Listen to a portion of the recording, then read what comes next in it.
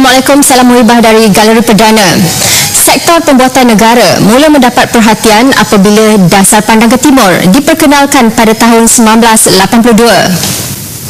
Peluang kerjasama ekonomi Malaysia-Jepun yang terjalin menerusi dasar ini telah membuka peluang kedua negara saling memenuhi keperluan industri dan tenaga kerja.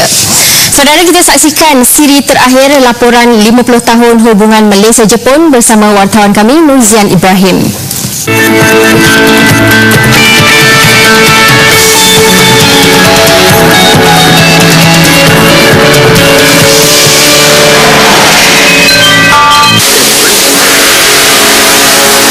Institut Teknikal Jepun Malaysia GMTI satu pengiktirafan persahabatan Malaysia dan Jepun atas komitmen kerjasama kedua-dua negara. Realitinya, GMTI jelas menampakkan dasar pandang ke timur dalam acuan pendidikan dan perindustrian. Inilah kelebihan penubuhan GMTI untuk anak tempatan menimba terus disiplin ilmu teknologi negara pahlawan samurai ini. Boleh dikatakan GMTI sebagai platform pemindahan teknologi Jepun, sekaligus membuktikan usaha teknikal dua hala antara negara menerusi penubuhan institusi ini. Kampus sementara yang bermula di Shah Alam pada tahun 1998 sebelum ditempatkan sepenuhnya di kampus yang terletak di kawasan perindustrian Bukit Minyak seberang perai tengah Pulau Pinang 2 tahun kemudian. Pembangunan kurikulum GMTI adalah berasaskan kepada 3 input utama, iaitu input daripada sistem latihan vokasional di Jepun, juga input daripada Majlis Latihan Vokasional Kebangsaan yang mana kita menggunakan sepenuhnya NOS ataupun dalam bahasa Malaysianya standard kemahiran pekerjaan kebangsaan di dalam silibus GMTI, dan ketiga ialah sedikit unsur akademik. Lebih lagi, Malaysia banyak belajar daripada Jepun selok-belok membangunkan sektor pembuatan negara.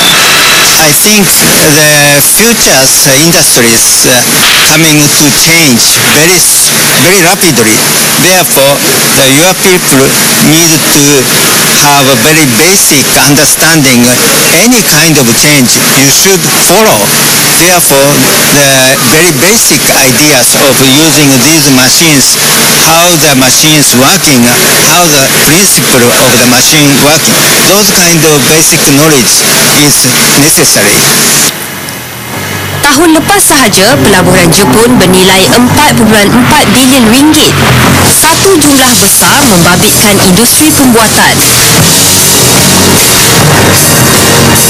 Sekaligus meletakkan negara itu sebagai pelabur terbesar di Malaysia. Demikian, Malaysia terus memperhebatkan keperluan kepada pengurusan dan pengeluaran produk secara inovatif dan progresif. Terutamanya dalam bidang precision engineering, kejuruteraan persis, yang memerlukan satu pengetahuan dan kemahiran yang cukup tinggi dan latihan-latihan yang cukup rapi. Dan daripada di sinilah kita dapati kita mendapat kerjasama dan bantuan yang cukup baik daripada kerajaan Jepun. Rancangan Malaysia ke-7 yang lalu, contoh permulaan penstrukturan semula sektor pembuatan diketengahkan dengan usaha menarik lebih ramai pelabur asing. Orang adalah mempunyai modalnya berbeza-beza. Dia cenderung kepada akademik, yang satu lagi cenderung kepada skill. Dan ramai di antara skill, mereka lah sebagai kapten industri, bukan yang berkolar putih macam kita. Mereka lah yang spin-off ekonomi. Dan mereka ini ada 6.5 juta di negara kita.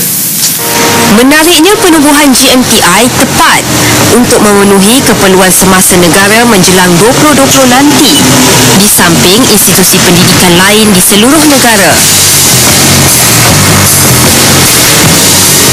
Pembelajaran dan latihan vokasional dilaksanakan mengikut pendekatan teknologi terkini Jepun. Menerusi menerusi tunjuk ajar veteran pakar negara itu bersama pengajar kalangan anak tempatan yang rata-ratanya pernah mendapat latihan di Jepun, memberikan gabungan terbaik untuk pelajar di sini menimba ilmu. Those experience can be transferred to the JMTI's student, including JMTI's the instructors. So that is a very advanced experience. So that we can give those kind of knowledge to your industry peoples.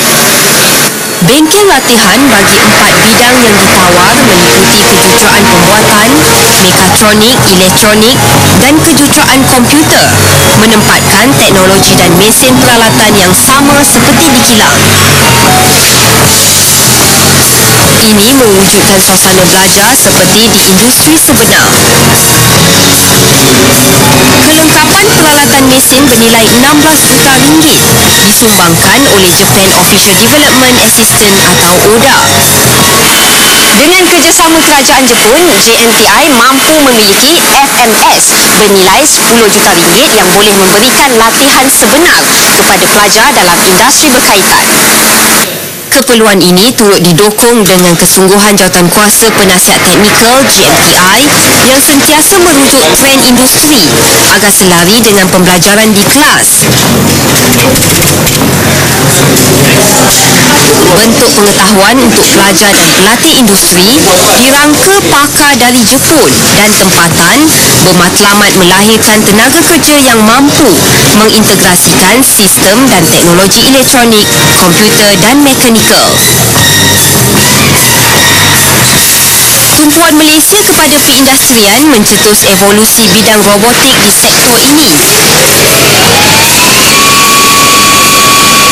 Kejuruteraan mekatronik yang dipelajari di JMTI satu pendekatan teknologi melalui penggunaan sistem automasi dan robotik. Menjelang tahun 2010, dianggarkan mereka yang menceburi bidang kejuruteraan akan mengisi kekosongan lebih 100,000 jurutera dan lebih 300,000 pembantu jurutera profesional pelbagai bidang. Institut Teknikal di bawah kendalian Kementerian Sumber Manusia merupakan institut latihan tahap 4 bagi ukuran Jabatan Pembangunan Manusia, iaitu pengiktirafan diploma kepada pelajar dan pelatih di sini. JMTI menjadi kenyataan cetusan idea bekas Perdana Menteri Tun Dr. Mahathir pada 1993 yang melawat Jepun. Kesinambungannya, Kementerian Sumber Manusia menjadikan penubuhan institusi berkemahiran tinggi seperti ini satu realiti. Perbelanjaan infrastruktur dan operasi bernilai 180 juta ringgit. Di peringkat awal, JMTI bukti galakkan kerjasama dua hala. Bukan sekadar pengukuhan teknologi dicedok dari Jepun, tetapi juga kerjasama dan usahasama bersama negara itu banyak manfaat disiplin, etika kerja dan sikap yang boleh dijadikan contoh tauladan. Tak setia yang tinggi, bekerja keras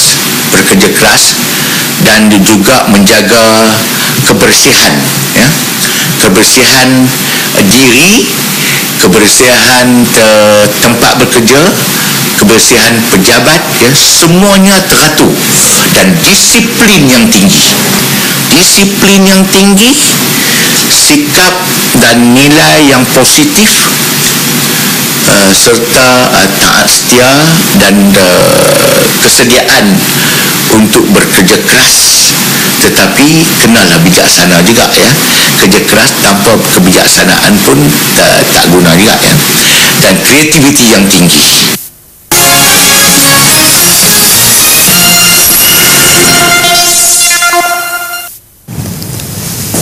Saudara,